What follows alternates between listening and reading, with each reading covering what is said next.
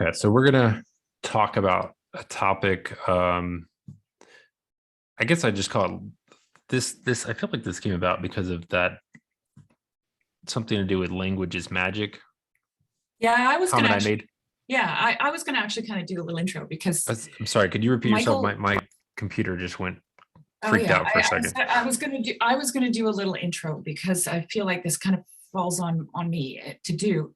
Okay, I don't remember what conversation it was you were having. Maybe it was the McGilchrist one or something. we were talking Um, about the Vervaeke Peterson conversation. oh, okay. And at one point during the conversation, you said you went on a little rant, and then you said language is magic. You know that was part of the rant. But that's the thing that just shone to me. It just stood out because I have had a more negative perspective on language. I've I've always, and I know this sounds like completely ironic, but because people tell me all the time I articulate myself really well, but I always feel like I'm limited by my language, right? And that language has made me feel like in the poor ways that I try to articulate myself, I end up feeling unheard or misunderstood most of the time, right?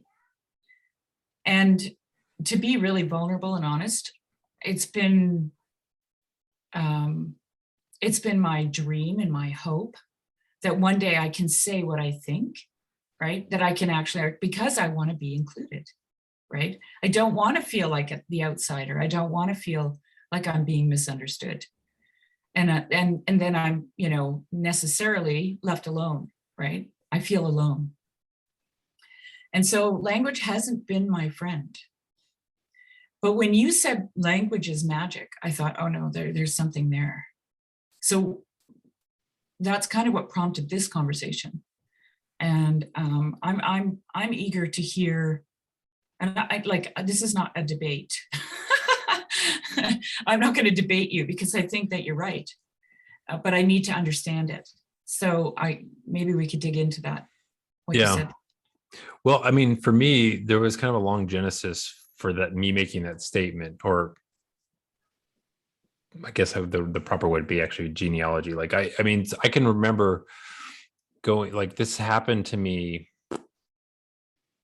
maybe 10 years ago, something of that nature, where and this was a time in my life where I wasn't really in tune with any sort of like I'd kind of sort of rejected whatever Christianity my parents had bequeathed to me. And I I still had a curiosity and a sense that there was something there I didn't understand, but I didn't have any patience to really dig into that. But I remember I was driving somewhere and I can still remember this exact, and it was almost like this thought just popped into my head. And for whatever reason, I took it really deadly seriously. And I remember, I think I even pulled over my car because I was driving and like, and had some,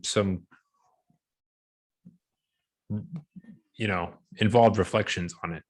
It was an Um, epiphany, Michael. Just admit it. An epiphany. yeah. But yeah, it was, but even that statement, that the fact that this thing comes out of nowhere is, Mhm. and it came to me in the form of language, right? And it completely arrested my attention and my focus. Um, and it was I was in a very materialist frame of mind at that point in my time, and yet I couldn't deny that that was a true statement. Mhm. But and so what did I mean by magic? I didn't really know what I meant by that either. But it seemed I knew there was a lot of depth there that it was like seeing just sort of like the glint of gold off in the distance, and knowing that that's the direction I should be going. And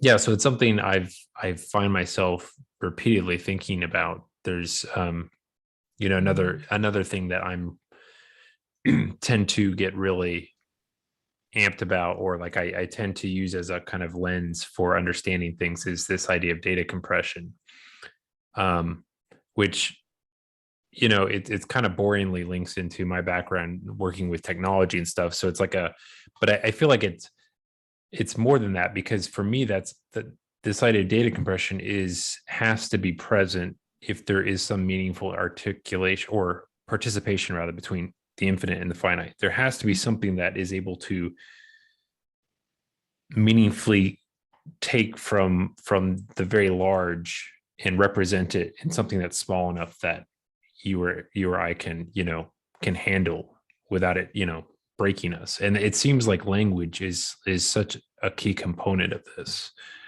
In me and Cal and Matthew just recently had a really long conversation where we were going through some things, and one of the things, the sticking points for me and Cal was like, he's really persuaded by this Chris Langdon guy and some of his ideas called the CTMU, which is a very thorough and exhaustive quote unquote theory of everything, which is, I don't I don't really know how to even try and take it apart and understand it. But for me, I have a natural inclination to say, well, no, we can't really, there's limits to what we can do with language. So I think that's more kind of what you would probably be on that side. Yeah. But and Cal came back with me later, like a day later on a Vox, and was like saying or a message over Vox. He was saying that, well, if you can articulate the question, then in theory you could know the answer to. And I think, but I don't think that's right, because we can ask questions like, what is the meaning of life? And that in that word meaning is just layer upon layer upon layer upon layer of data compression. It's just it's like a Russian doll that doesn't ever have any exhaustage to it. So like within that, you just kind of explode, anything that could really, I mean, you can point to it with certain things, but to get to like some like defined pattern for the quote unquote meaning of life, it's not really, you live a life hopefully that has some resemblance to that, but you can't ever answer the question really, right? Well, that seems like it gets to that idea for Vervaeke's of combinatorially explosive and relevance realization, right? Like you have to choose something. I think Peterson makes that same point where he says, if everything was relevant, you'd go crazy. Like you'd be lost. You'd actually be in chaos, right? Because I mean, that's what chaos is. It's potential. It's the potential of everything, right? And so if you were completely aware of what was in the chaos, this is why, the story of creation is so interesting, because God is pulling something that's relevant out of the chaos one at a time, kind of there and there, but it comes out of one thing, right? It comes out of the chaos. It's all connected. But he's making certain things relevant. And the idea of this Russian doll and data compression is really interesting, because I've been listening to Margaret Barker, and she's talking about the tabernacle and the Holy of Holies, and that is God in the midst of his creation, right? Which shows that is his heart. He wants to be in the midst of his creation. And I went to bed and I woke up, and first thing in the morning, this thought went across my mind, and I thought, well, that's kind of obvious, but I'll say it anyway. This is why the Jews were chosen. This is why they were chosen, because they were a data compression of sorts, right? It was the big story in shorthand. I mean, I don't know how many thousands of years before God chose Abraham, right? That he was still everywhere present, filling all things. He had relationships with Noah, he had relationships with Enoch, he had all these, Adam, right? But somehow the story was too diluted. It was too big. And it couldn't be relevant to everyone at once. right? So he data compressed it into one group of people. And I just thought, oh, that, you know, that is really interesting to me, because it helps me to get away from the fact that, you know, yes, the Jewish people are chosen and they are God's people, but at the same time they had no choice in the matter, right? And it hasn't been easy for them. I'm sure, like I've heard many a Jew say, you don't want to be one of us. You don't want to be chosen by God, you know? And so, yeah, that was a, you know, that made them really vulnerable. But they were also the arena in which God told his story, right? The big story that was spread out over the entire earth, all of creation, suddenly got compressed into this one group of people. Anyway, what do you think of that? I think that's really good. I mean, yeah, I've always had a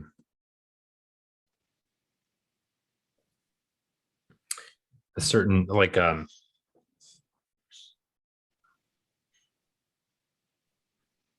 there's something about the Jewish story that at every layer throughout the entire history, like there's just something always interesting going on there.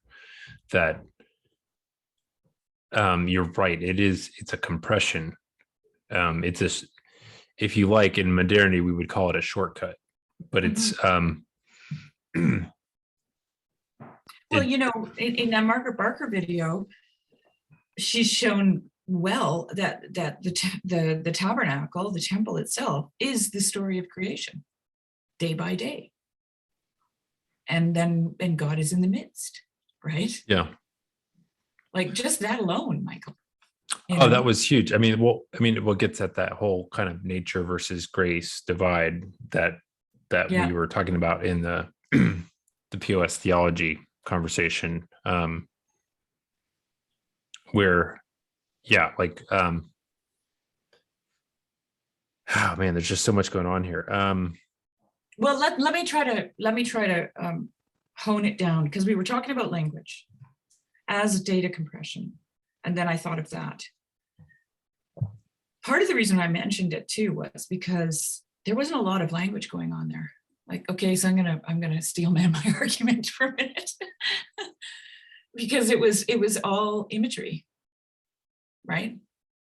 It was a house. It was a holy of holies. It was a veil. It was a candlestick. It was an ark. It was cherubims. It was certain woods and certain metals and certain people and certain times of the year, right?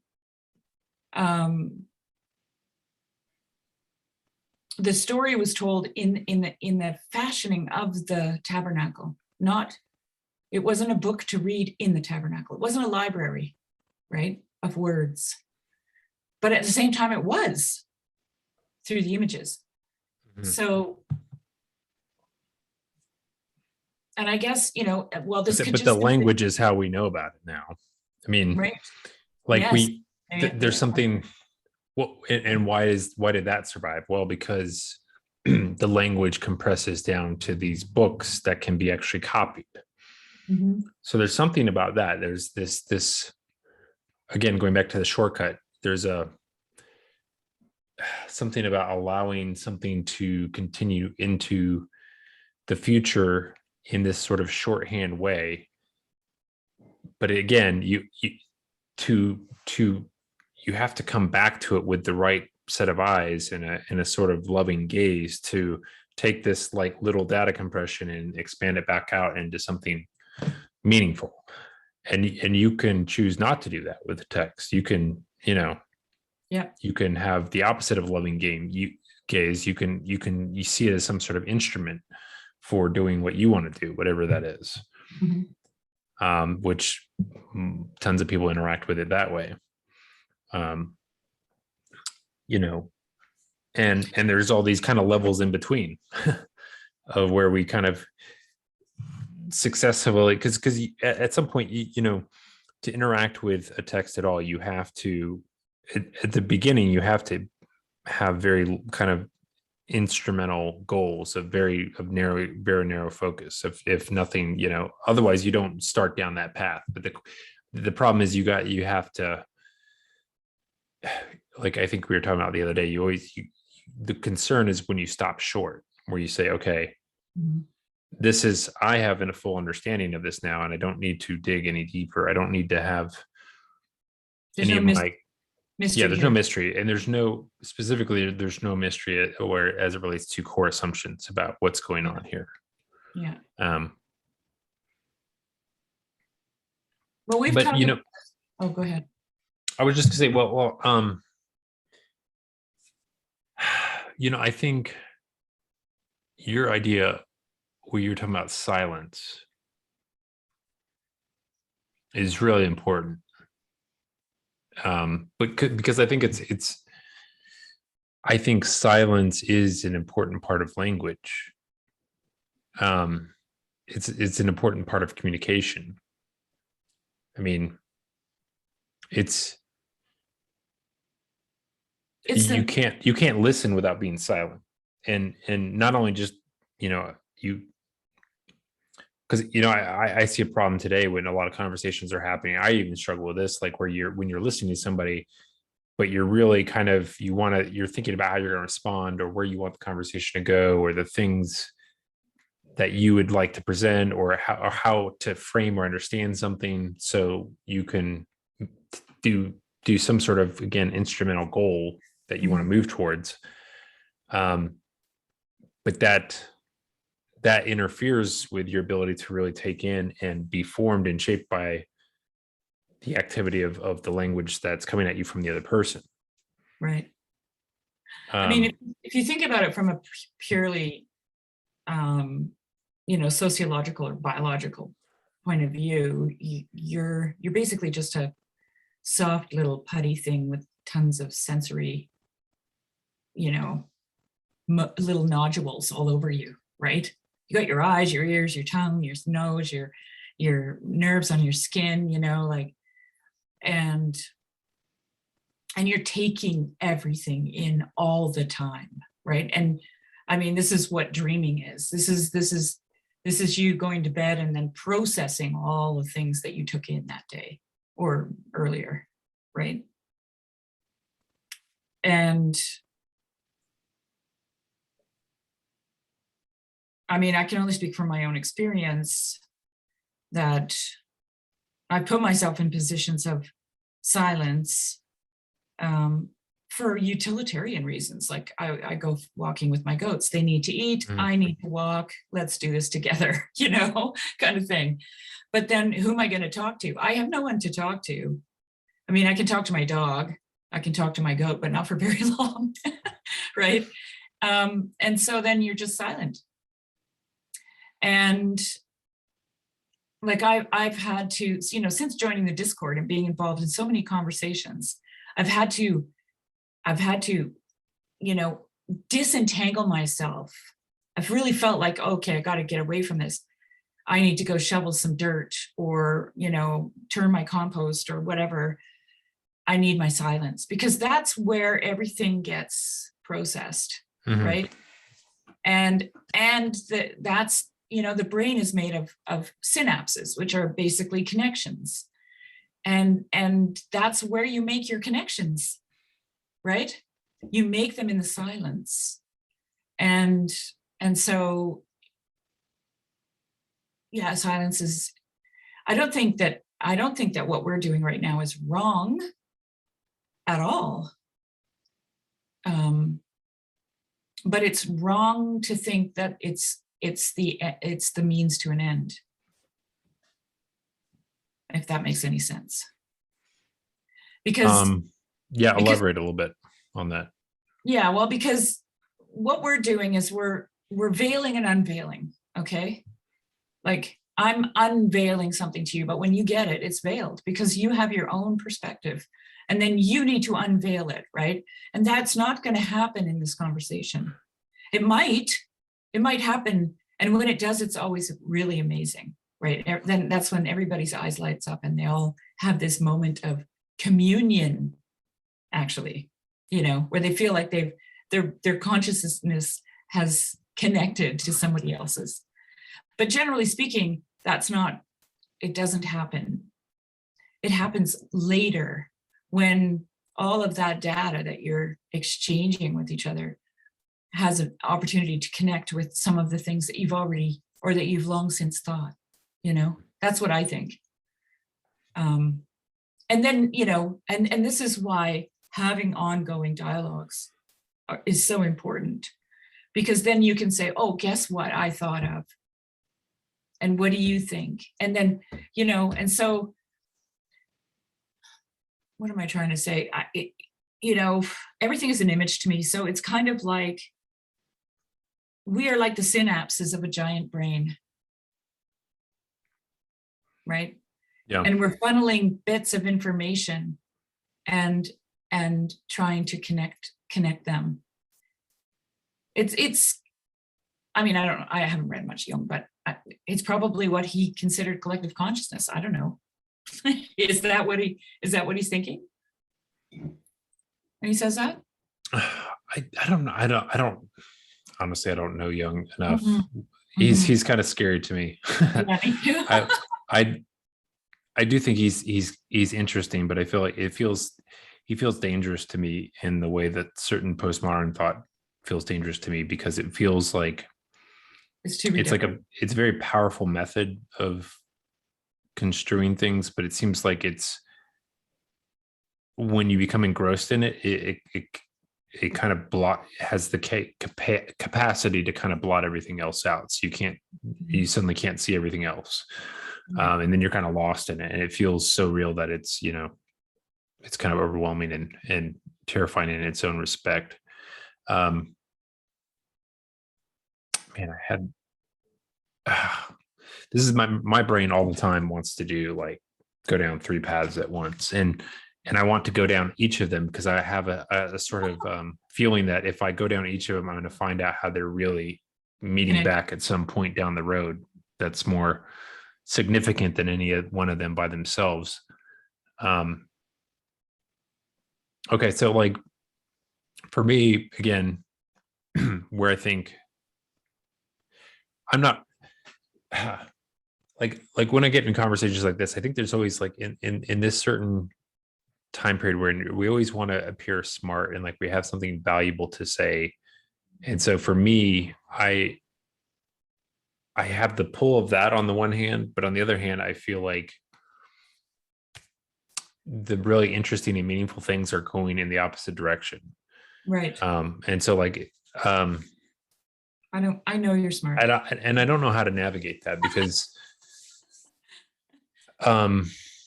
anyway, so I'll just say one thing. Like, I do think there's something we achieve in the data compression of creating a sort of like, because when I think of like a narrative, like a story, I think that what all that is the data compression, right? Yeah. And what it is, for instance, like if I ask you, like, what did you do yesterday? Out of nowhere, you're going to give me a very compressed, 5, 10 minute, 15-minute version of what you did yesterday. It's not going to include like details of like tying your shoes or like, all these little things, right? You're somehow going to know you have this kind of hierarchy of filters through. You go, okay, it's going to pass through all of them in a second, and you're going to say, oh, well, I did this, and this, and and for some reason, those are for you the milestones or the hallmarks of your story for that day. And it just fascinates me how that can be just like that. Yeah. But I think we're doing it all the time. Like even I think probably the structure of the brain is very much doing the same thing all the time. So even if I'm doing something like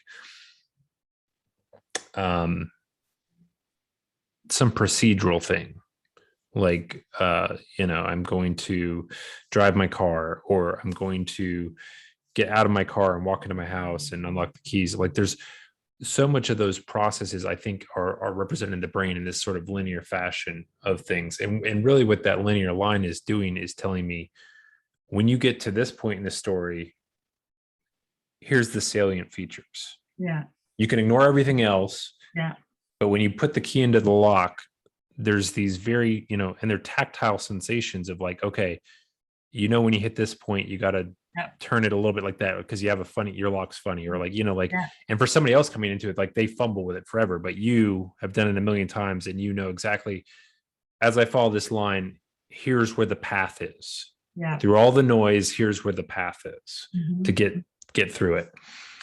And I think that's why we really value good storytelling, because that somebody is doing that they're doing it on a level that is applicable. It's like a path that isn't just specific to you or I, but it's a path that potentially is valuable or relevant to like millions of people. And there's something like that means they've hit on something in some way that's more key. So like when I was creating the Google Docs for, prepping for our conversation, because I was hopeful I could just read stuff that would help feed the conversation. But one of the things they were talking about, like, with kids and trying to measure kids like reading comprehension, and how there's not really a good way to do that, because there's no quote unquote reading skill that you can measure. What you're really measuring is people's previous interactions with the particular vocabulary that you're presenting them in this material. And that's nobody has there's no sort of universal, way you can do that. Like if you're a science geek and the article has words about science, you're going to be able to comprehend that in ways that somebody who isn't won't. Right. And so, and there was a line I highlighted in there that said, what we consider good writing is always about trying to leave out as much as possible and just give you the kind of salient little bits, because otherwise it's tedious, right? You want to figure out, like, there's all these other things that you can assume. And in some sense, that you assuming that is you being silent about those things. Right. So you're silent about all these other things. And I'm going to just weave this line of this very thin line and say, hey, dear reader, come follow me along this line. So is it, you think it's apophatic in a way? I think good writing is. And that's why I think, with you want an example of bad writing, go to Microsoft's website and find one of their technical documents that tells you how to do something. Oh my God, it's so bad. And it's not even really written from the perspective, because oftentimes it's written by someone that's a technical writer, and I feel like that actually makes the writing worse, because they're trying to like technically include every parameter and every correct notion. And it's just, oh man, it's so jargon intensive, and so like, oh my, it's beyond bad. It's like, and I'm a person that lives enough in that world that I should understand most of the things. But for me, like, it's so much work to get through.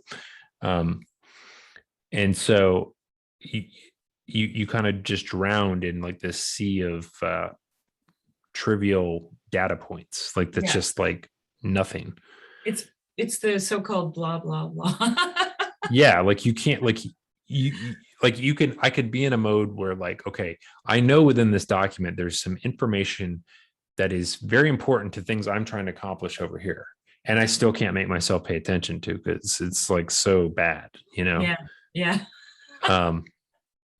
Yeah, it's, and it's the particular job that I work in has made me really bad at reading, because I'm so often dealing with documents that are of this sort of ilk that I'm in the habit of not really reading, but kind of scanning. Yeah. Like, don't try to read it. because you're gonna waste too much time. Just look Looking for for certain that. words. Yeah, exactly. Look for certain combinations of Yeah. words in relative proximity to one another, and then now start reading a Yeah. little bit, so for me, like when I read good books, I often have to play tricks with myself where like I either have to read it out loud or I have to listen to it on tape while I'm reading, looking at it, and to To make myself slow it down. stay exactly. And that rhythm of the language and the pausing and all that stuff, that's a certain there's a Yeah. certain music there Yes. that you have to have a trust for the author before you're willing to look at to follow along with that music.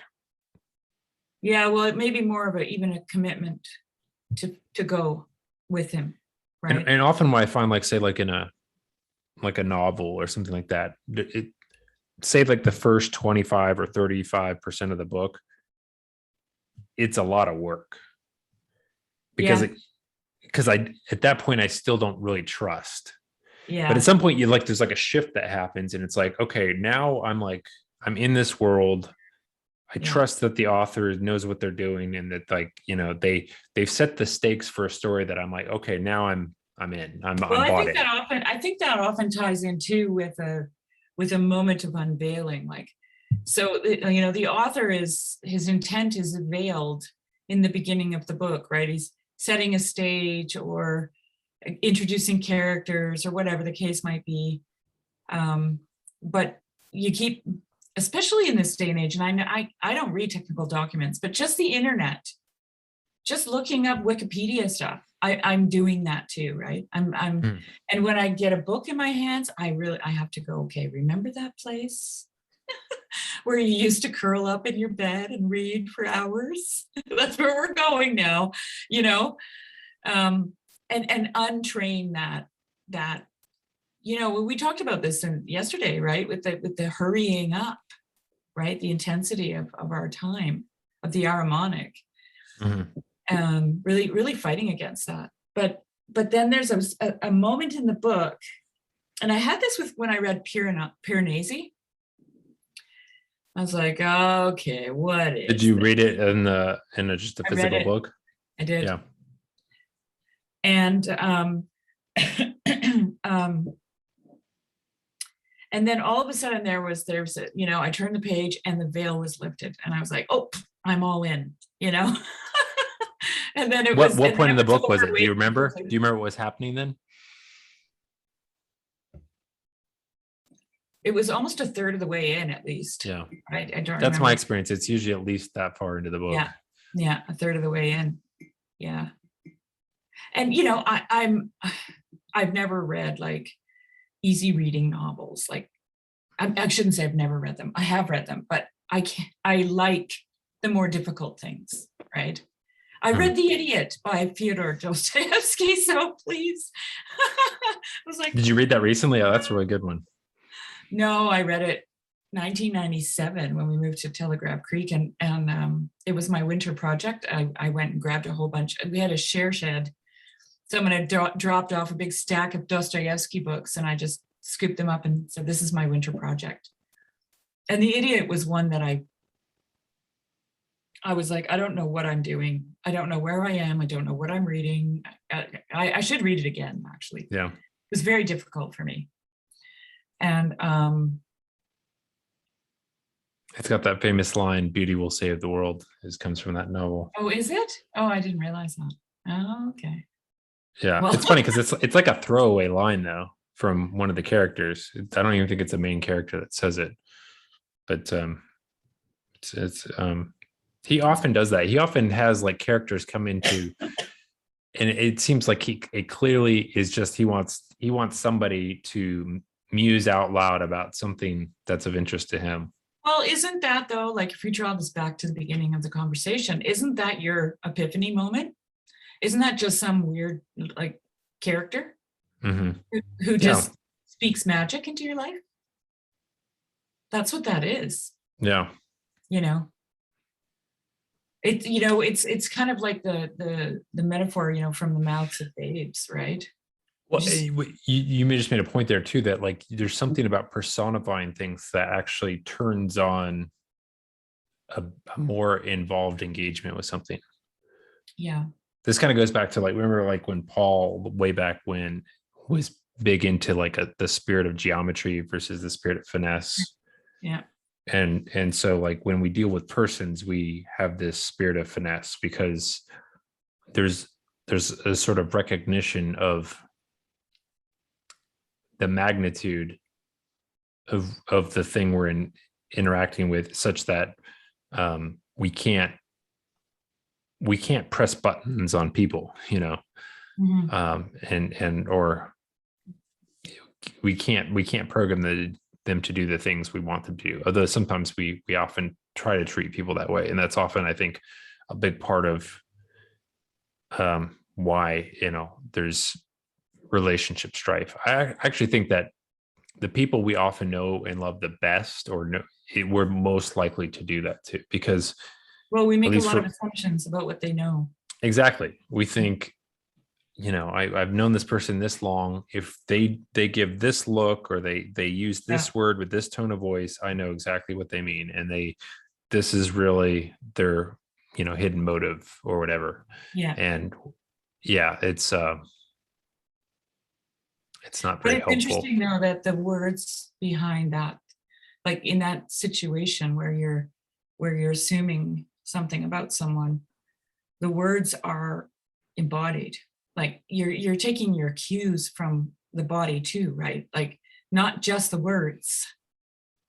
This is Yeah, why text is so difficult, yeah, because you don't have the body behind the words, right? You can't discern the tone, the emphasis, the pause, like the yeah. silence, right? Um, yeah, and I mean, you know, I'm just thinking about language itself, like how tied up it is in our bodies, you know. I'm curious, you know, you going back to the start where you feel like language is this stumbling block. Mhm. How do you think? Because you know, you talked about being misunderstood and feeling kind of outside of things, which I feel like that's kind of my experience too. Like I feel like I've always felt like an outsider. I've always kind of been hesitant to speak about things because of fear of being misunderstood, or um but at the same time I still feel like um I still feel like language is magic, and that there is a certain thing I can enter into that I'm not good at, but is actually still there. And a big part of it being there is my willingness to be vulnerable, my willingness to like believe that it's there, and like and kind of trust something outside of myself to kind of, Get to it. yeah, to get to it, but also to kind of capture and and sort of magnify what my little intention is trying to achieve, and kind of actually bring it into some real fruition of some sort. Um Well, you and know, oh, sorry. no, go ahead. Um, I have realized since we've talked about this a little bit outside of this conversation, that I think I can be more specific. And the reason I wasn't before was because I didn't see the distinction, but I think I can be more specific and say that propositional language is more Mhm. responsible, Yeah. because I also am a poet, right? And I enter into fairyland when I write poetry, when I read poetry as well, right? And maybe this goes to unity and multiplicity, because poetry has the power, if you will, a magical power of speaking to you on various levels, because it's all encompassing, right? It's kind of a holistic way of communicating something. Yeah. I like to think of like good poetry is sort of like a photograph of consciousness. Like it's got all these parameters that link to like the sense stuff we were talking about earlier, all this, all the stuff that's coming into me from a sensory perspective, but also not just that, but the way it forms meaning inside me. And a really good poem enables somebody to kind of feel something of a fraction of what it first inspired the poem in the reader. Yeah, but then again, they might not even, that they might feel like they understand what the writer was saying, but they might not even, like I've talked to poets and I said, oh, this is fantastic, so this is relating. No, that I wasn't writing about that at all. Yeah. And you're like, but see, this happened to me once recently where I wrote a poem and I was writing specifically about, I have this poem that I'm supposed to edit. It's an old one of mine, right? And every time I go to edit it, I can't. Yeah. And it's like it's alive.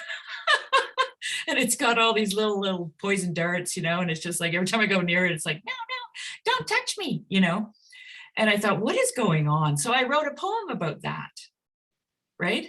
Mm-hmm. And then afterwards, I read it and I was like, oh my God, this is that. But it was a perfect description of what just happened to my husband when he collapsed. It was so weird, Michael.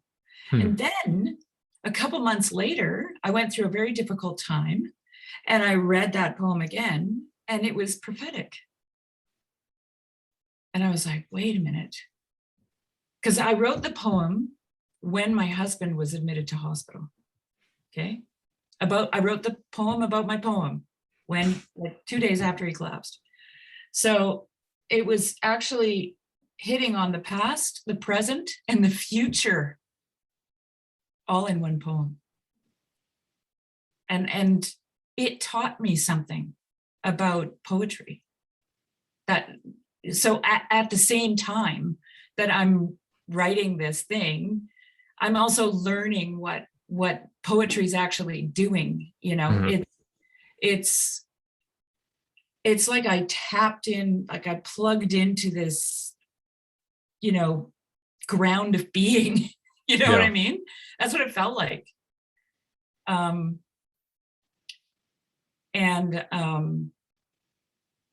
it really blew me away,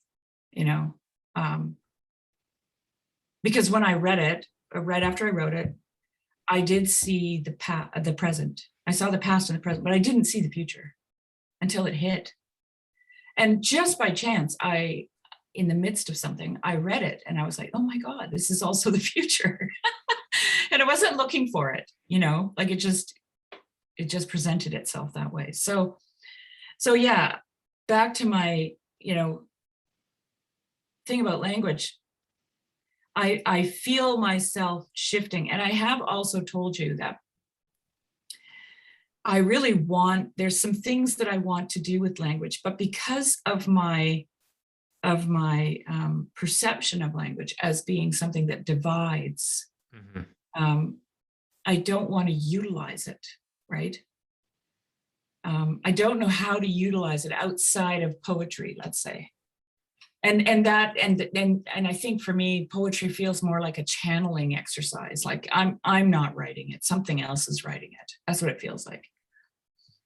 So, but if I were to apply myself, let's say I want to write a novel, which I do, actually, I want to write a book. As soon as I do that, it's like that poem that needs to be edited. I'm afraid of it, right? Because of maybe the aloneness that I felt, or the division, it divides me from everything else. Yeah, and when you said that language is magic, I knew that was right. And I guess I wanted to understand how, because I think that's key for me personally. I think it's key in unlocking this thing that's keeping me from, let's say, editing my poem, right? Well, I think you're right. I mean, the fear is proper in some sense, but it's.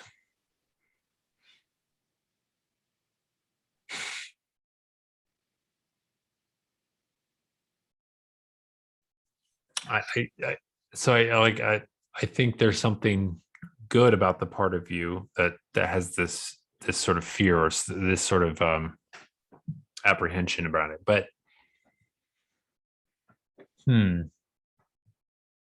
there's also a cost, right, to writing.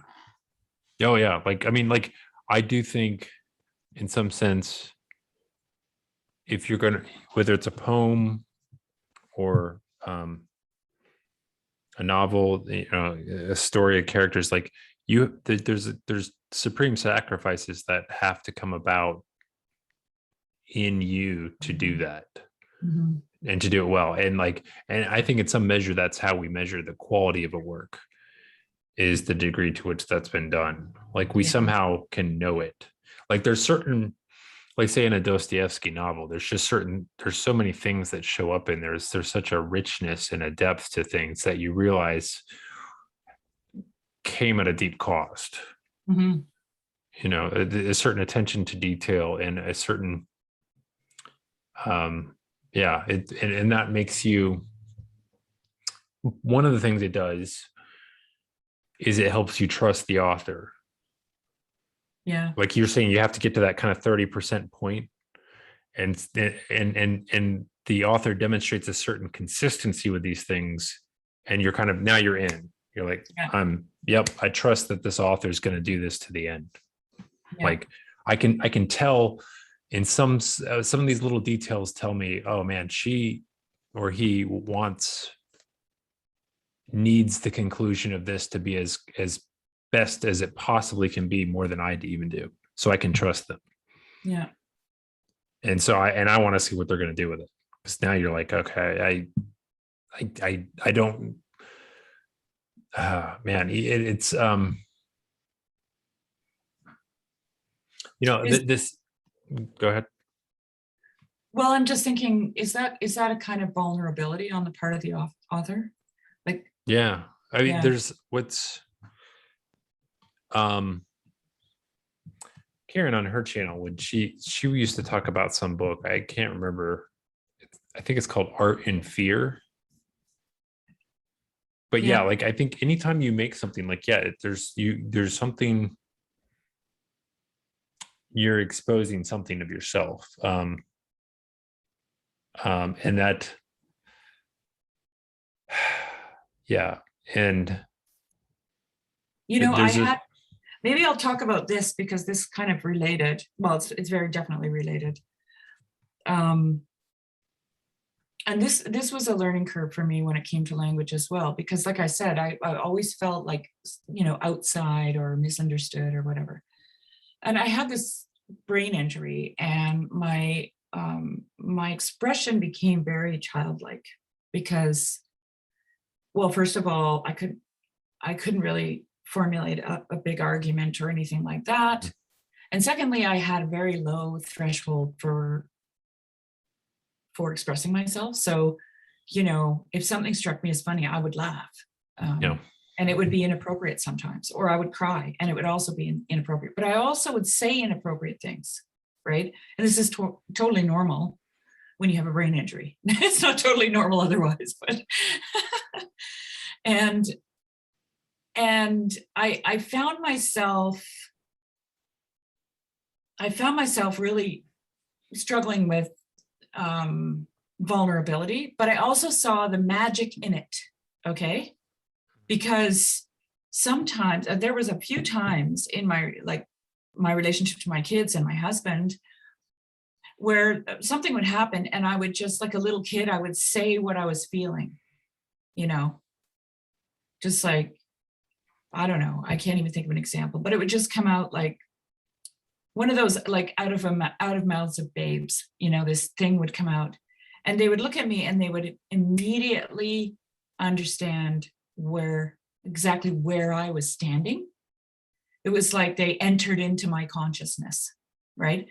And the strange thing about it, Michael, was that it was very basic, really basic things, like a little kid that says, you make me mad, you know.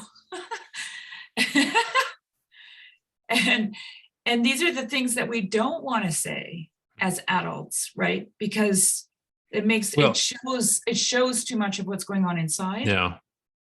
We gesture at it, but we often try to kind of hedge our bets by making it not about us and about some quote unquote objective reality that's outside of us. Or that really hurt my feelings. Mm-hmm. Just little funny things like that. And then all of a sudden the listener would reciprocate with something like, I never knew that. I never knew that's how it made you feel, And then there was this empathy that happens, right? When you're vulnerable. And I think empathy is in a sense, it's a deep connection between two people, right? Right. Like you're actually in their shoes. It's one of those moments, And but anyway, I was just thinking about that because of the idea of vulnerability on the part of the author. Maybe that's what it is. It creates a kind of empathy between you and the author, and then you can enter in, right? Like you're actually standing in their shoes. Yeah.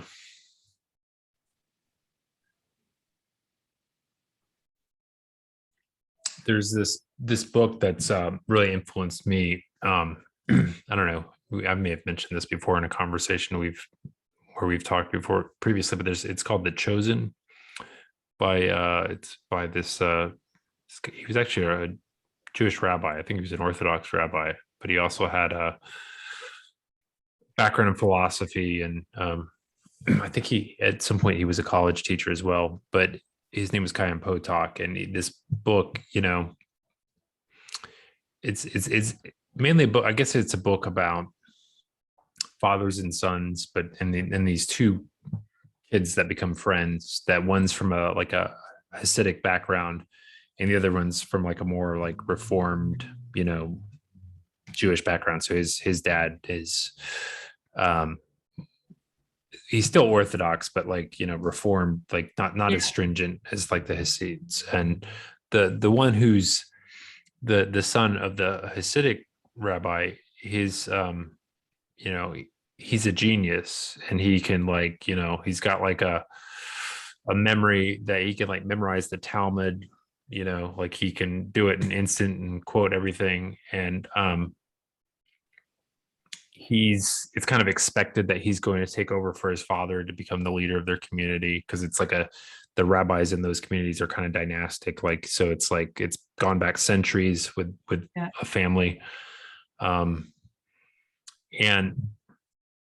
this kind of thing gets introduced where you find out that the father of the Hasidic rabbi, he doesn't talk to his son unless they're studying the Torah together or doing Talmud. And for some reason, to me, that the silence between them, I felt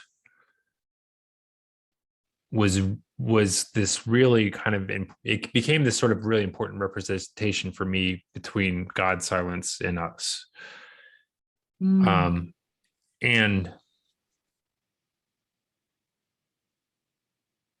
interesting.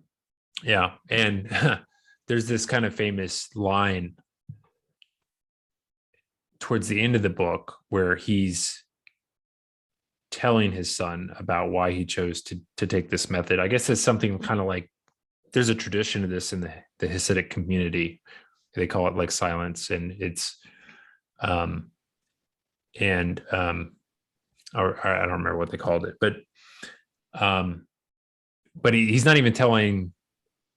So his son's name's Danny, but his friend Reuven comes over, and he's actually talking to Reuven, but he's really, because he doesn't talk to Danny. So he won't talk to him directly, but he's talking to Reuben to his son through For him. Yeah. yeah. And he's explaining why he does this, and like, he wants, because his part of it's because his son's a genius and he wants his son to learn compassion. And so it's like he's kind of introduced this sort of strain of this silence so that he will know what pain and suffering is, so he can have compassion, and like he can be a better leader. For what's funny is that the son ends up deciding not to become the rabbi. He wants to do something else. But and he at the very end of it all, he says,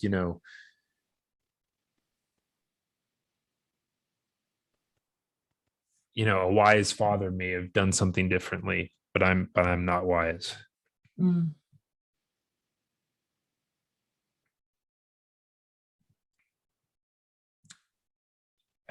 And for me, for some reason, like I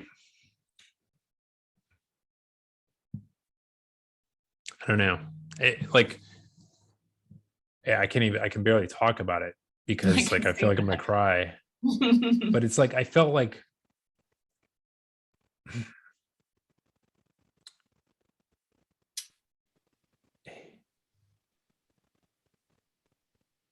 you think that so you were talking about the silence,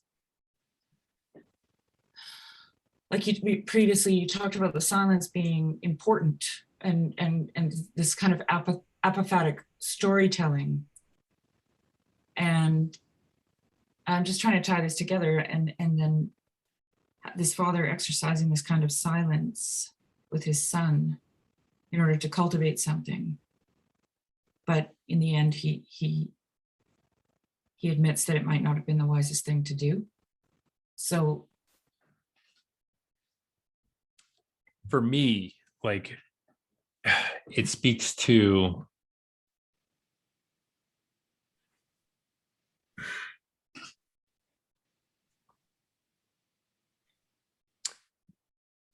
all the suffering in the world, that there's this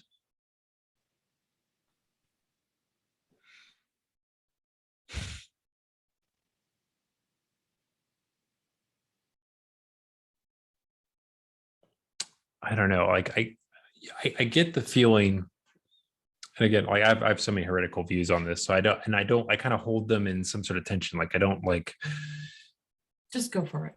but like it's almost like, God in making us gives, in some sense, the silence is God's retreat, and instead of telling us what to do, allowing us to kind of become who we want to become, like us decide what we really and truly want and who we want to be. Yeah. And and it's like God recognizes that there's a risk in this, and there is real risk. We like see it all around us, right? Mm-hmm. Even with the best of intentions, this agency that we have often goes awry, and Well, I we mean, heard, I can put a horse in a pasture, and it can use its agency to run around in that pasture, and it also can fall into a groundhog hole and break its leg. yeah. You know what I mean? Like, yeah. And so it's yeah, I don't know, it's like I feel like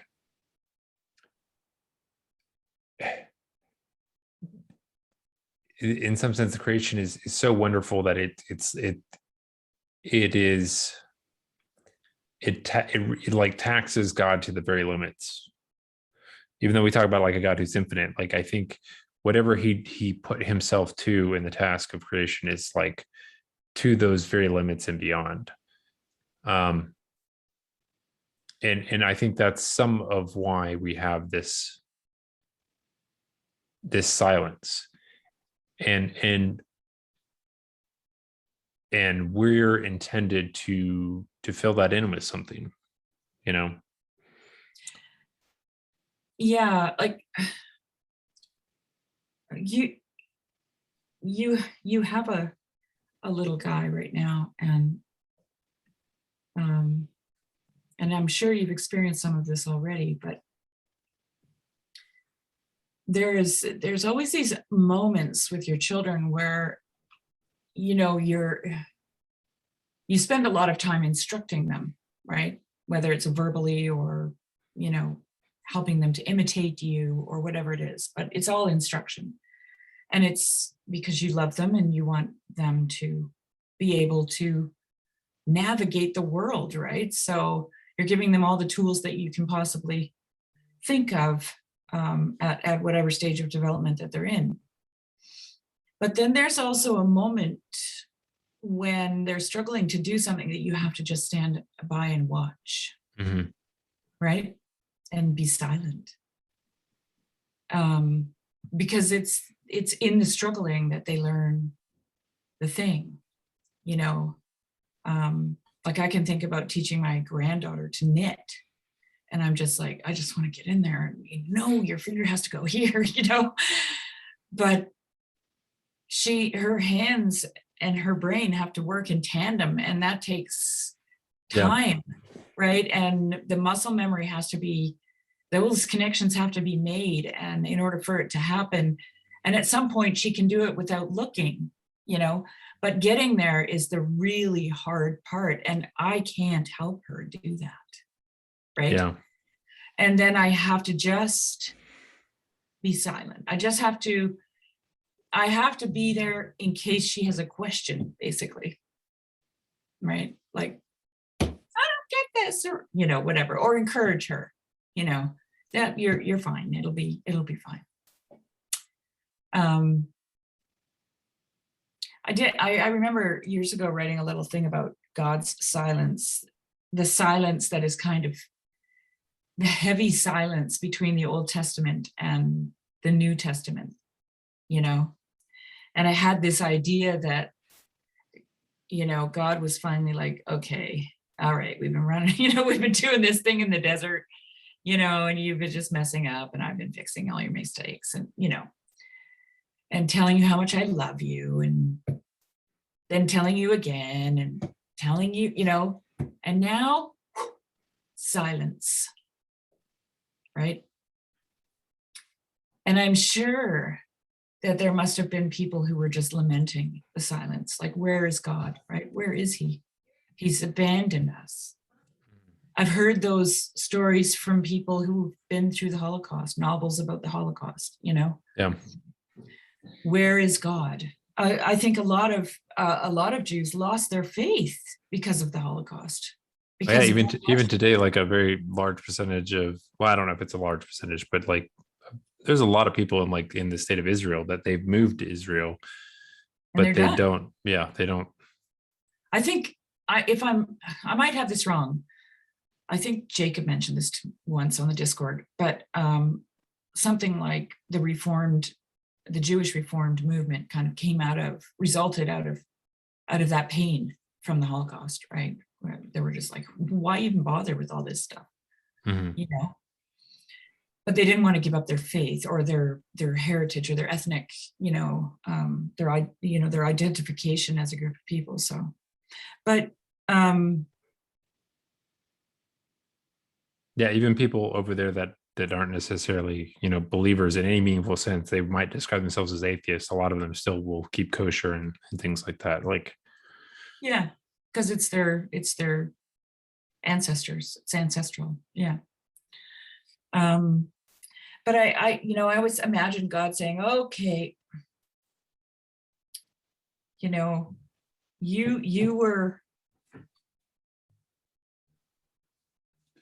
I waited on you all this time, you know, since the fall, I've been waiting on you. And now you can wait on me, you know, and see. And I see that as a, excuse me, I see that as a positive thing, because, you know, at my stage of the game here, you know, when I was younger, I was very impetuous. I was very impulsive. I couldn't wait for anything. I could hardly wait for Christmas, mostly because I wanted to give people things, you know. And so in order to assuage my own temptation to give people things early, I would buy them at the last minute, So I could actually just give them right away, you know? Yeah. Yeah, and I've learned that one of the greatest gifts to have, as a Christian, for me, in my relationship to God, is to wait. And that actually means silence, because there's nothing to say, right? When you're waiting. Like, your doctor doesn't come out every 5 minutes and say, I'll be right with you. When you're in the waiting room, right? You're just waiting. And eventually you're going to get called and you're going to go in. But there's nothing to say while you're waiting. There's no conversation to be had. This is what we're doing. We're waiting. And then you wait. And then there's this element of eager anticipation, I think, that follows, which is a movement of faith, right? I mean, you could wait and despair. You could wait like someone in Auschwitz and say, where is God? I'm waiting, God, I'm waiting, and just fall into despair because it's just so horrific, right? Or you could wait with eager anticipation, knowing that whatever happens, like I said at the beginning of this conversation, God is good, right? And no matter what, even if I die, even if I'm tortured, even if I starve to death, even if I watch my children die, yeah.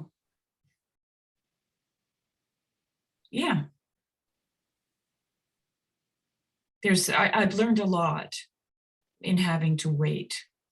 And I think that was, because that was my biggest problem for most of my life, that was the most important lesson that God taught me. And it wasn't pain-free, Michael. It was very, very painful. But I think it seems like there's no learning without pain. No, like nothing is ever really yours until it's painfully impressed itself in your core. Yeah. There's some kind of fusion, like, that happens between the mind and the body, right? That makes something real. This is why propositions often just fly over my head. Like sometimes they go so high or so quickly that I can't even hold on to them, but when I turn my back on my ram and he slams me into a barbed wire fence, I never turn my back on my ram again. You know what I'm saying? If someone says, and I read, don't turn your back on a ram. I read that. It was a proposition that I didn't take very seriously. And I'm just grateful that we didn't break my kneecap or something in the meet, But yeah, there's this interesting, this is why I have my body question, right? Because there's this, what do you call that, synthesis that's so important to our learning process between the mind and the body. Mm-hmm. Like our body is like a pincushion, basically. It's really soft and really fragile, right? It's our mind that can be inflexible. Mm-hmm. But our body is never so. And when our body is damaged, our mind has to come alongside. It really has to change, right? And God has given us a body. And I know I asked this question, and I know nobody knows what I'm asking because they never give me the right answer. Not the one I'm looking for anyway. And I think I'm just slowly figuring it out by myself.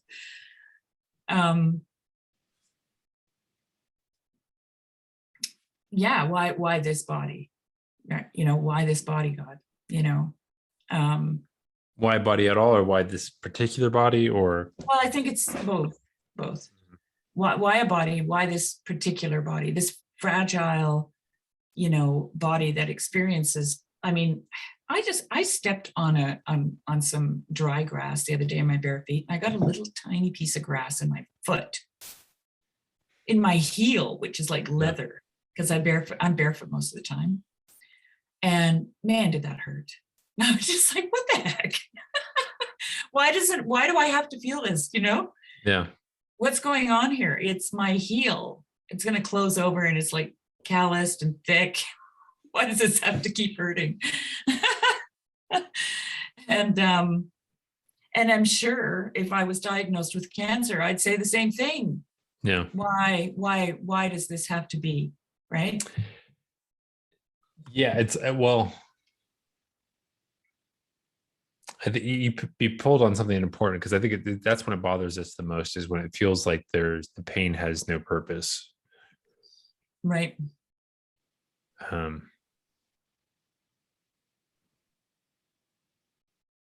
That's the hardest to take. Mm-hmm.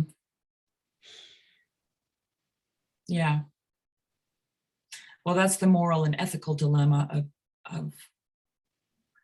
of this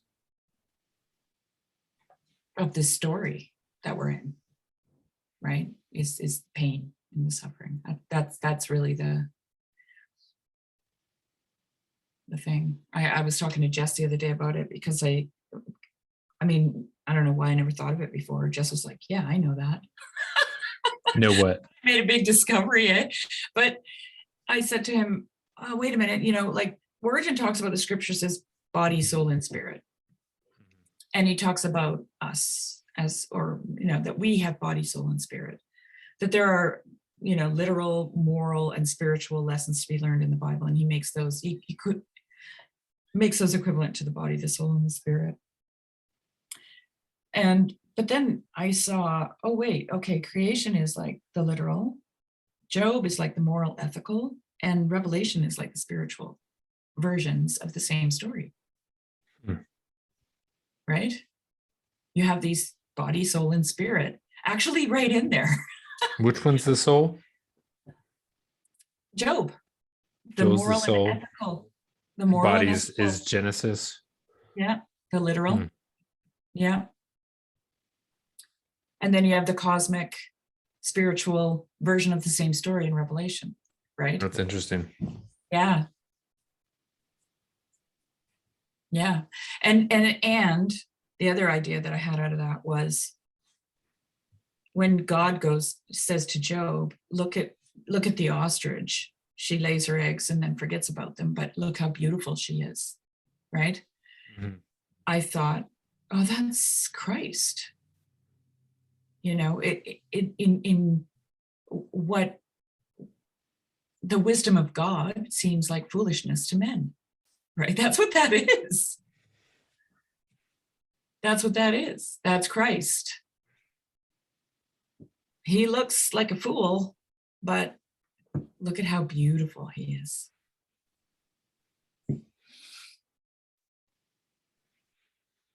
Yeah, I mean,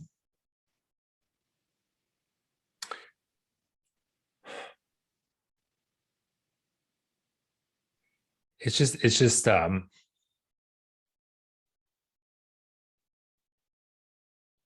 mean, for you, like, how do you connect this to, because you were talking about earlier, that I want to take this back to like what we were talking about with femininity at the beginning, and how for you that leads to a groundedness. Yeah. How does that fit in with all this? Because I wanted this conversation to be less propositional, but like my tendency is always to push that way. Even when I was telling the story about The Chosen, and for me it's very emotional, I feel like I immediately sidestep the emotion and kind of propositionally diffuse the emotional bomb, which I don't want to do, but yet I'm so practiced at doing it that I do it anyway. Yeah. But I mean, how do we get back to The groundedness. connecting these things? Yeah, because it seems like, Well, I think actually the emotion is a really good indicator that connection is made. mm-hmm. That's what evokes. It's kind of like a strike of lightning, you know. I mean, we when we see lightning, it comes from above and hits the ground. Actually, it's the other way around, but that's what it looks like, and that's good enough for now, right? And of course, when that happens, there's a strong chemical, physiological, or physics based reaction, right? There's a burning and an exploding and a crackling, and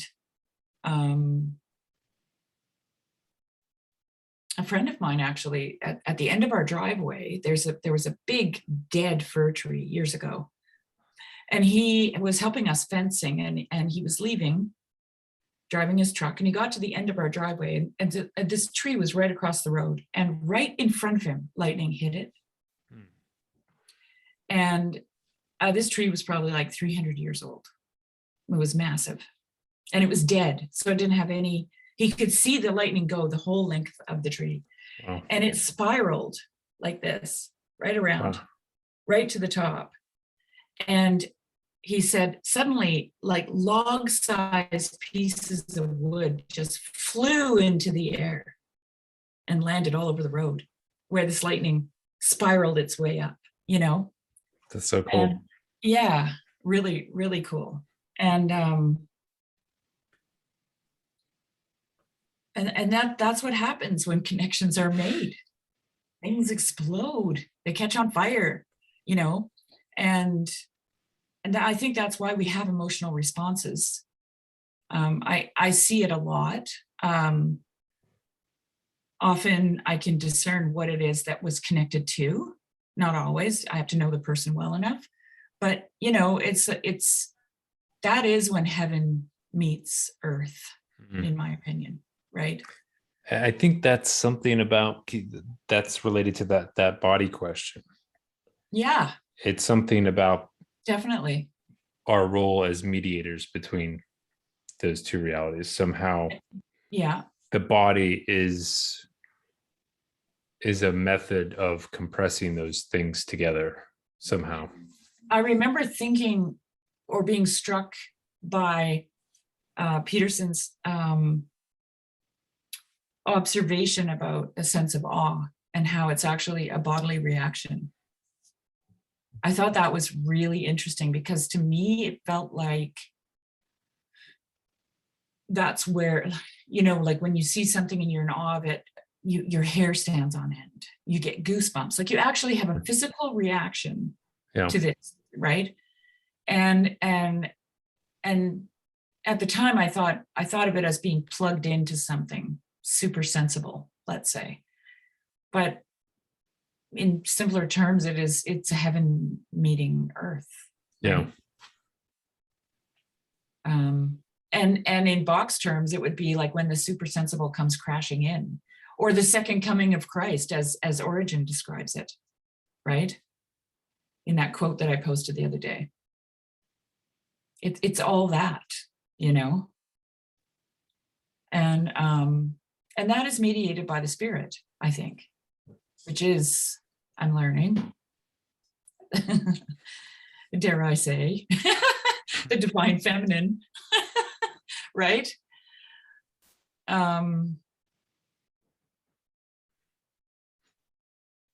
You know, one of the things that, and you know, like I don't know much about this, honestly. I haven't even read much about it, but the one thing, if I look at Mary, the Theotokos, I understand one thing, and that is that her role was to receive something and to bear it. So in many ways, right? Like she received the seed and she bore the child. She received the news and she pondered it in her heart. She bore it, right? She didn't tell anyone.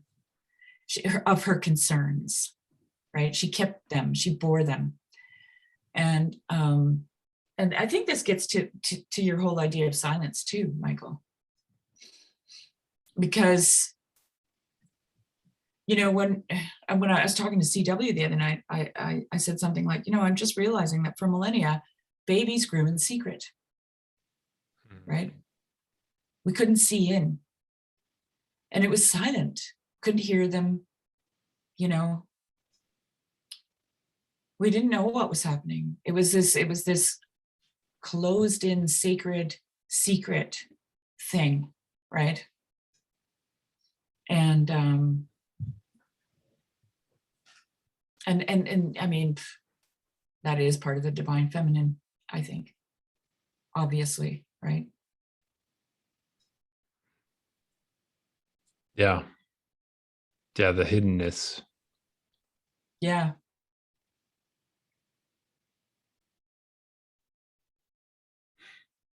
And you know, that doesn't mean that it stays hidden, because the child is eventually brought into the world, right? The thing is born. It comes when it's time. And then this goes to this whole idea of waiting patiently in the silence, you know, again, right? Some things need to be gestated, I think. Yeah. Well, probably anything meaningful. And it seems to me like the propositional layer can be sort of a means of aborting the baby by Yeah. by trying to sort of bypass and shortcut a lot of the pain that and just like you were saying that the both the long gestational period, but also just all the discomfort and the inconvenience that that comes along with the process. And the impatience Yeah. for it, right? There's a lot of that too. But that's interesting what you said about aborting, because I also think that there is the chance that the baby can be born too soon and it's underdeveloped. Mm-hmm. And it can't really survive on its own. And then, and I'm just gonna throw this in here. I think, and the propositional can play a big part of that as well. Well, that can be forcing it to come too soon. Right. That, like, I think that's where the propositional can be dangerous, actually, right? To that process, because then you have to prop up things, right? You lay out this propositional thing, and it can't survive on its own, and then around it you have to prop it up with all these arbitrary, you know, things that you decide will keep it alive, basically. And we see that in a lot of theologies, right? I'm not going to name the one that shouldn't be named. But there, you know, I think that's a pretty good descriptor, actually. Yeah. Yeah, I don't, with that thing, I don't even necessarily see it as a theology. Because I think, well, I mean, I think there's an intellectualized component of it, but I think Yeah. my experience with it is something much different. Yeah. Well, yeah, like it's much more internalized, because for me, yeah, I never have ascribed to a lot of those ideas, but somehow I've been living by them nevertheless. And even now, where I say, oh, I recognize here's this sort of thing that's had quite a bit of influence in my life, and how do I get rid of it? It's not so easy. Like intellectually, I'm convinced of a lot of these, of the of what is the word, how dangerous and how corrupting this thing is. But just getting it doesn't mean I can just kind of wave my hand and get rid of it, because it's like it's much more of an embodied thing that gets that I carry around. And I find, it's there even at times when, I feel like yeah, it's just surprising to me just to where it has its tentacles, Yeah, because it is hidden. It's hidden. It's implicit. it's absorbed by through osmosis. That's how I like to think about it. Mhm. And there's still parts of me that conceive of it as a sort of something good, like something like, okay, this is a way of protecting myself from hubris, from overstepping my bounds, from getting too big for my britches, for um um all these things, right? Or like Yeah. and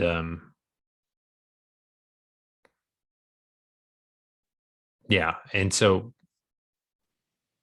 I think, for me personally, like if I looked at like where I tend to make mistakes, it's often mistakes of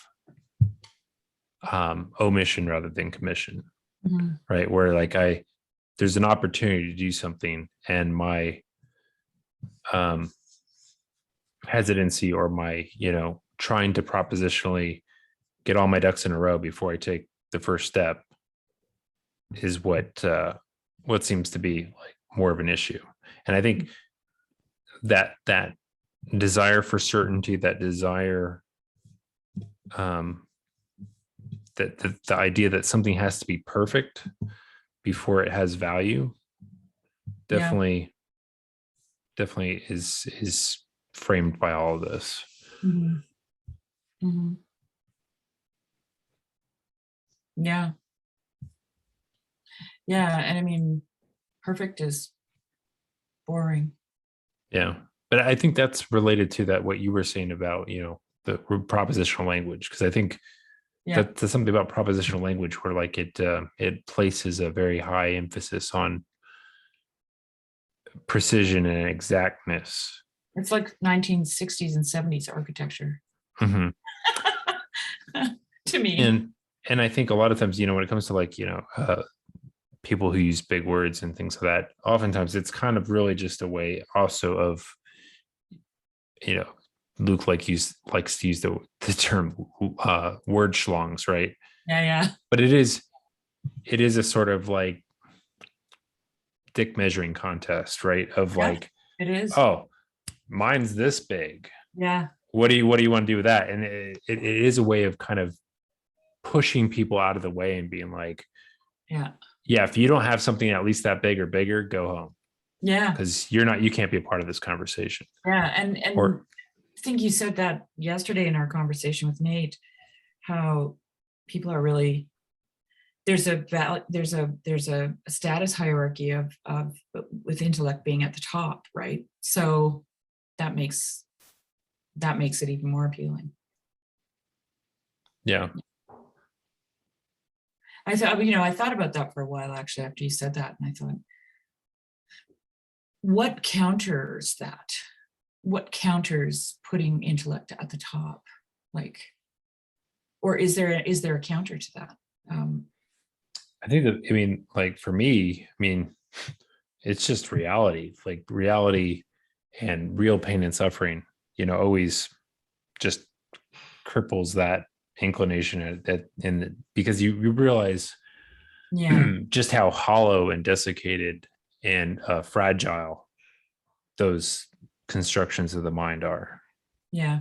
Um, within a very limited sphere, they look very pretty, and it seems to be evidence of moral rectitude, and all these, like this kind of icon of everything wonderful and lovely, but it doesn't survive contact with any sort of Essentially, pain and suffering. essentially it's a dead end. Yeah. That's what it is. That gets you nowhere. It just gets you nowhere. Yeah. Well, yeah, it can be like, it can be useful, right? It can be the map that kind of gives you a jumping off place to make some real progress, but much more often it becomes very self-referential. So you're kind of like, Yeah. you get into a room that you're you're always going to go around in circles in, because you've Well, when sort you of were talking about it, I had this memory came to mind. I was hitchhiking with my sister, and we didn't have a map. Like we were just like, Canada doesn't have a lot of roads, to be honest. So we got on this highway and we just assumed it was one that stretches right across the country. And so we started hitchhiking. We didn't know what direction we were going in, north, south, east, but it didn't matter. We just wanted to go somewhere. And what we were on was a highway that had a dead end. Okay. It went to a town. It was a long stretch of highway, but it went to this little tiny forestry town, the mill. And we got there and there was nothing there. Like, it was a post office and a general store and nothing. We were like, oh, okay, we got to get out of here. So we turned across the street basically and started back the other way. Well, it took us 3 days to get out of that town because nobody in that town left, and half the vehicles that would drive past us were on our way to work at the mill just down the road. We were just like, oh my God, we're never going to get out of here. So sometimes propositional conversations can be like that, right? They'll take you somewhere. Yeah. But it's not really anywhere. They very easily get looped in a sort of disconnect from reality, where it's like, oh no, I'm pointing at reality. And you're like, oh really? It looks to me like just another abstraction over here that we're pointing at. And you can kind of get caught in that. It's especially when you have high regard for the intellect and these abstract, modes of being. And so, you can, this is one of the things that I've thought about, even just in our conversations with each other on the Discord. I've thought, going back to the whole idea of language and how to make it magic. And I thought, well, there's only one thing that makes it magic, and that's stories, poetry, right? That's magic language. And so if I can't speak in those terms, then sometimes that's all I do is just find a really good story and post it. Yeah. Because I think just telling your own story. Or telling your own. Yeah. Yeah. Absolutely. It's that's for sure. You've already got all the, the rhythm and everything to make music with that, and turn it into magic. And I think,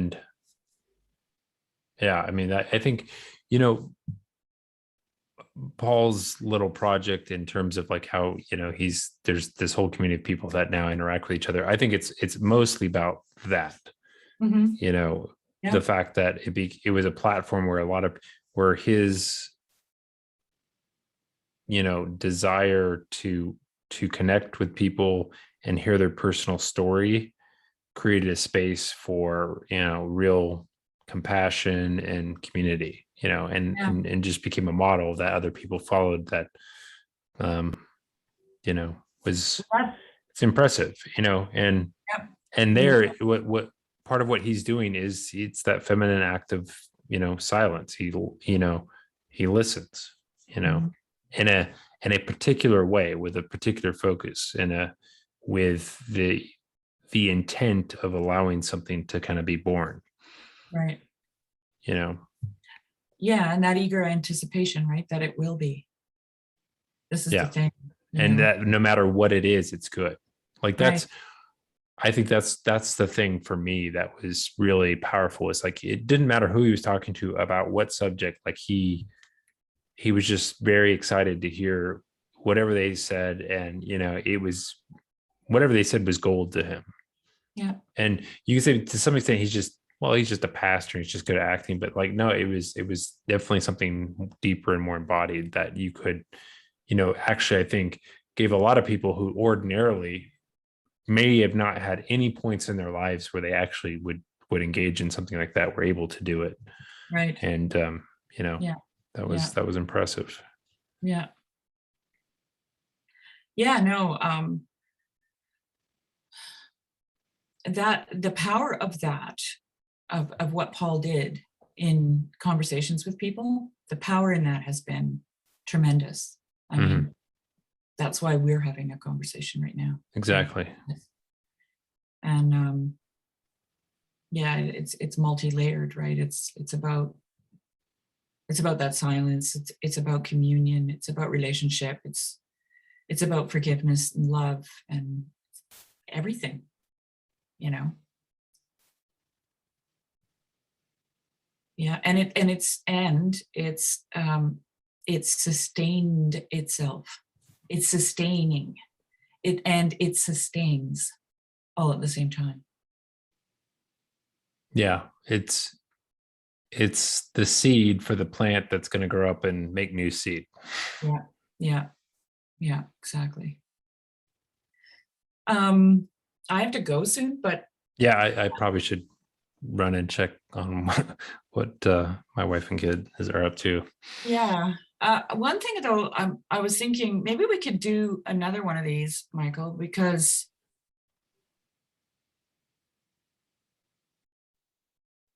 I don't know, there were some things about language that kind of jotted down, like I like, what is truth? I know it's a huge question. And then language as propaganda and language as poetry, you know. Okay. How do you go from the one to the other? And I'm thinking specifically of, I made some voxes the other day about talking about things that you don't want to, that shouldn't be talked about. And Nate had been saying that he doesn't want to give power to anything, right? And how when things are at the top of the social media hierarchy, then are you really actually saying anything new, or are you just regurgitating things? So how can you not do that? Because I think that there has to be a path through all of that, right? And then the other thing that I thought about too to talk about was veiling and unveiling in parables, and when is it, when, like Jesus didn't have any problem saying things that people didn't understand, and I do. Okay. Yeah. Like I'm like, no, they need to know what I'm saying. They need to know. And I'm like, okay, how do I put myself in a place where it's okay to say the thing and just let it go out there and see what happens, Yeah, I think it's part of that is you're exactly right. That's that need for us to understand or to feel understood is something of this misapprehension of what language is and what it's supposed to be doing. Yeah. And you've got a lot more actually, idea of Barfield and stuff like that. So I don't know. I have those little things written down. I can send them to you, but I thought maybe we could make this as long as we have something to say, like an ongoing discussion. I'd be happy to do that. Okay. This speaking of Barfield, this is, I know you've read Saving the Appearances, but this is it's a tiny little book, and I've actually done some readings of this I could share with you if you want to dive into it, because it's really short and compressed. But I think I feel like he wrote this after a long time of being misunderstood on these things. So it's a little, I think it's more clear. Okay, at least for me. Yeah. Maybe I'll just order it and read it. Got such a snack beside me here. It's pathetic. But I finished Hierarchy of Heaven and Earth the other day, so I'm just nice. I felt like cracking a champagne bottle. Yeah. I think I'm going to crack open Rolling in Moonlight because I've got a few, my Michael Martin books don't arrive till the 17th. Yeah. I couldn't get them on the Canadian Amazon. I had to order them from the American one. Interesting. Yeah. There was one on the Canadian Amazon, but I thought, well, I'm not going to order one from there. And it was actually more expensive than the one on the American one. So I just ordered both. But yeah, maybe I thought, did you order Rolling in Moonlight by any chance? I have it. I have so many books. I do. I have it on Kindle. So. Okay. Because I'm really up for just a fictional jaunt through Fantasyland. Like I really need something like that right now. And I'm kind of hoping that Roland will do both, you know, do that for me. So yeah. Well, it's been a pleasure. Yeah, same here. I'll end the recording here.